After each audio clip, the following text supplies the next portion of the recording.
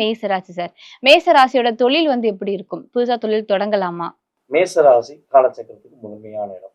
கிட்டத்தட்ட பார்த்தீங்கன்னா, மேசராசி அன்பர்கள் பார்த்தீங்கன்னா, இப்போ ஒரு 3 வருட காலமாக அவங்க ஏற்கனவே தொழில் வச்சிருக்கவங்கலாம் படாத பாடுபடுறாங்க. அவங்க பக்காவா யோசித்து நிதானமா இத செய்யலாம் அப்படின்னு பிளான் போட்டு செஞ்ச விஷயங்கள்ல பல தடுமாற்றங்கள், பல ஏமாற்றங்கள், அதுவும் பார்ட்னர்ஷிப்ல யார் யாரெல்லாம் மேசராசிக்காரங்க, நான் நண்பன நெனச்சு செஞ்சேன். எனக்கு உறவு நெனச்சு இவங்க கூட கூட்டணி வச்சு செஞ்சேன்னு நெனச்சு செஞ்சவங்கலாம் பல இழப்புகளை சந்திச்சாங்க. பார்ட்னர்ஷிப் போட்ட மேசராசிக்காரங்க அடி மேல அடி வாங்கினாங்க.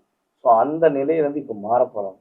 இவங்களுடைய தொழில் ஸ்தானத்தை குரு பகவான் தன்னுடைய 7ஆம் பார்வையா பார்க்கறனால, இவங்களுக்கு மிகப்பெரிய ஒரு அங்கீகாரம் கிடைக்கும். இவன் தொழில விட்டு போயிருவான்யா. மேச ராசிக்காரன் தொழில் பண்ண மாட்டான்.